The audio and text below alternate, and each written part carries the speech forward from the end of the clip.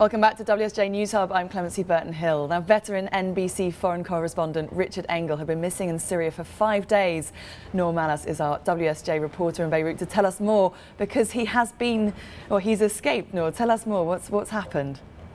Very good news from Turkey this morning with Richard and his production crew back in Turkey after crossing the border from Syria, where they were missing for 5 days by an unknown group, really. NBC says it wasn't able to contact them until they knew that they were released late last night.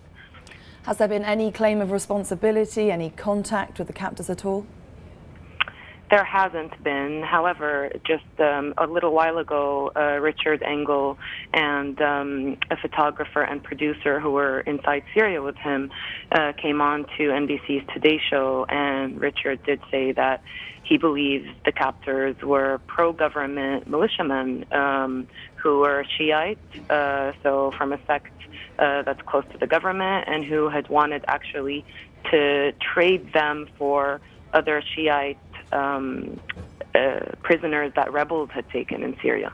So a really complicated situation, and really pretty lucky that they were able to get out. The rebellion, of course, began early last year. It's since turned into a very gruesome civil war. It's a very, very treacherous reporting landscape out there.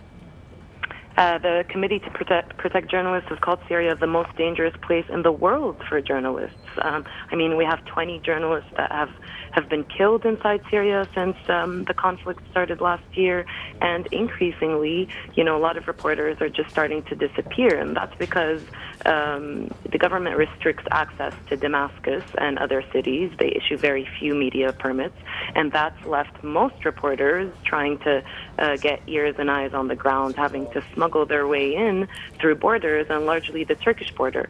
And that area has become easy relatively to get into since it's largely in rebel hands. But, this last incident shows that there's just so many risks involved.